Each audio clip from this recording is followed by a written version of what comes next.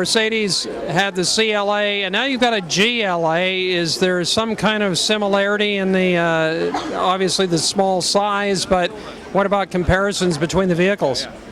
Well, actually, both vehicles are based on the same platform. It's both our new, we call it NGCC platform, new generation compact cars. So no coincidence that the GLA is launching approximately a year after the CLA. They are based on the same front-wheel drive and all-wheel drive platform. They share the same powertrain. Obviously, the character of the vehicles, though, is completely different. The GLA is targeted a similar crowd, a little younger. Entry point to the brand Mercedes-Benz, people who have so far not really considered a Mercedes or were not able to afford one. But with the GLA, we are targeting people that are a little more into space and need a little more utility, so they might transport a bike, a snowboard. That's what the GLA is for, in contrast to the even sportier, more design-oriented CLA. So let's talk about price. I mean, I sat in the vehicle, and you've got pretty good legroom in the back. And I noticed double moonroof. Is that an option, or is that included in the price you're going to tell me? The panorama roof? Yeah, that's an option. So it's not included in the base price of the vehicle, but the standard equipment of this car is pretty high. So you have standard power driver's seat with memory. You have the collision prevention assist plus. You have a color display with Bluetooth technology, hands-free access. All that equipment is standard on the GLA. Pricing is not final yet, but expected to be similar to what you've seen for the CLA.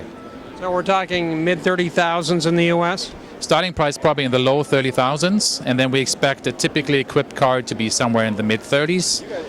And then, at the time of launch, we have the 4MATIC available, which adds a little bit to the base price of the vehicle. We have a front-wheel drive and we have the 4MATIC. For the CLA, we launched with the two-wheel drive, and we'll launch a 4MATIC in spring of next year. For the GLA, we do it the opposite way. We launch it as a 4MATIC model with quite a few off-road functions. So off-road capability is actually quite good for this vehicle with a little higher ground clearance. And then we launch the two-wheel drive version, front-wheel drive, about half a year later. I mean, the price is a nice entry level, so I mean, you expect to do pretty good volume with this vehicle? Yeah, we are not giving out any details on exact volume plans, but obviously we expect this car to do extremely well in terms of volume. What we see now with the CLA, a 70% conquest rate, we're exceeding our volume targets that we've set ourselves for the first months, and we expect the GLA to do similarly well. Here at the LA Auto Show, you've got a lot of AMG versions, but obviously they're a lot more money of the different vehicles we're seeing in a concept as well. Well, frankly, that's really the great thing about Mercedes. If you just look around on this auto show, we have the absolute low end of the lineup, not to say cheap, but affordable Mercedes vehicles here that still look great, offer all the quality and safety that you expect from a Mercedes.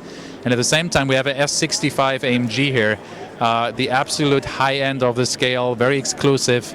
So I don't think there's any other premium brand that can deliver this width and that broad of an appeal to so many different customers. So the GLA hits the markets next year?